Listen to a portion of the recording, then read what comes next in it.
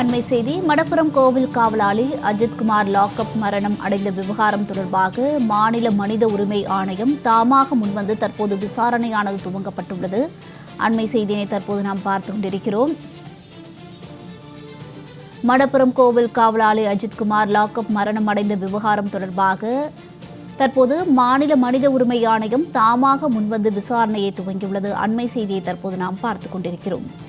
மடப்புரம் கோவில் காவலாளி அஜித்குமார் லாக்அப் மரணம் அடைந்த விவகாரம் பல்வேறு சர்ச்சையை ஏற்படுத்தியுள்ள சூழலில் தற்போது மாநில மனித உரிமை ஆணையம் இதுகுறித்து விசாரணையை தாமாக முன்னெடுத்துள்ளது. லாக்அப் மரணம் குறித்து 6 வாரங்களில் விசாரணை நடத்தி அறிக்கை தாக்கல் செய்ய உத்தரவும் பிறப்பிக்கப்பட்டுள்ளது. அண்மை செய்தியை தற்போது நாம் பார்த்துக் கொண்டிருக்கிறோம்.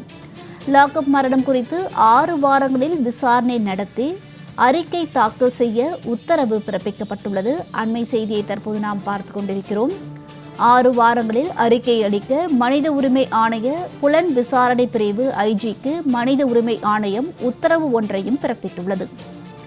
6 வாரங்களில் அறிக்கை அளிக்க மனித உரிமை ஆணைய புலன் விசாரணை பிரிவு ஐஜிக்கு மனித உரிமை ஆணையம் தற்போது உத்தரவை பிறப்பித்துள்ளது. இதுகுறித்த அண்மை செய்தியை தற்போது நாம் பார்த்துக் கொண்டிருக்கிறோம்.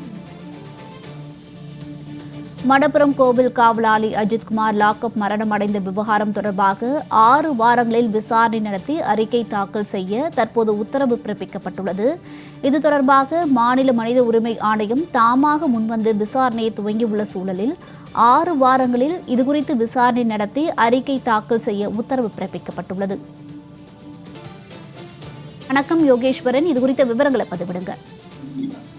வர்மியா, சிவகங்கை மாவட்டம் திருப்புவனம் மடப்புரம் பத்ரகாளியம்மன் கோவில்ல காவலாளியாக பணி செய்த அஜித்குமார் காவல்துறையினுடைய கஸ்டடியில உயிரிழந்த விவகாரங்கள் தொடர்பாக தற்போது பல்வேறு விசாரணைகள் நடைபெற்று வரக்கூடிய நிலையில தாமாக முன்வந்து தமிழ்நாடு மாநில மனித உரிமை ஆணையமானது இந்த விவகாரத்தை விசாரணைக்கு எடுத்திருக்கிறது. முன்னதாக அஜித்குமார் உயிரிழந்த விவகாரங்கள் தொடர்பாக தேசிய மனித உரிமை ஆணையம் நேரடியாக விசாரணைக்கு வர வேண்டும் என்ற அழுத்தங்கள் எல்லாம் கொடுக்கப்பட்டிருந்த நிலையிலே தற்போது தமிழ்நாடு மாநில மனித உரிமை ஆணையமானது இந்த விவகாரத்தை விசாரணைக்கு எடுத்திருப்பதாக அவர்களுடைய அதிகாரப்பூர்வ செய்திக்குறிப்பின் மூலமாக தெரிவிக்க முடிகிறது.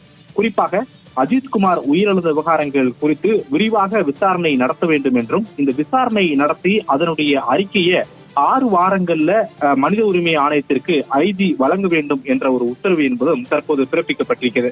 குறிப்பாக அஜித்குமார் உயிரிழந்த விவகாரத்துல பல்வேறு சந்தேகங்களும் கேள்விகளும் இருக்கிறது. அந்த நகை தொலைந்து போனது, அது குறித்தான விவரங்கள் இப்போது வரை வெளியே வரவில்லை. அதே நேரத்துல கடந்த 2 தினங்களாக சென்னை உயர்நீதிமன்றத்துடைய மதுரை கிளையில் நடைபெற்ற விசாரணையின் போது கூட நீதிபதி பல்வேறு கேள்விகளை தான் எழுப்பியிருந்தார் இந்த விவகாரங்கள் தொடர்பாக. அதே நேரத்துல மாவட்ட நீதிபதி இது குறித்தான விசாரணை எல்லாம் நடத்தி வரக்கூடிய நிலையிலே தமிழ்நாடு மாநில மனித உரிமை ஆணையம் இந்த விவகாரத்தை தானாக முன்வந்து விசாரணை நடத்த தொடங்கி இருக்கக்கூடிய நிலையில அஜித் தொடர்பாக அந்த அறிக்கையை 6 வாரத்திற்குள்ளாக தாக்கல் செய்யப்பட வேண்டும் என இந்த வழக்குல உத்தரவிட்டிருப்பதாக தமிழ்நாடு மாநில மனித உரிமை ஆணையம் தெரிவித்திருக்கிறது. வர்மியா.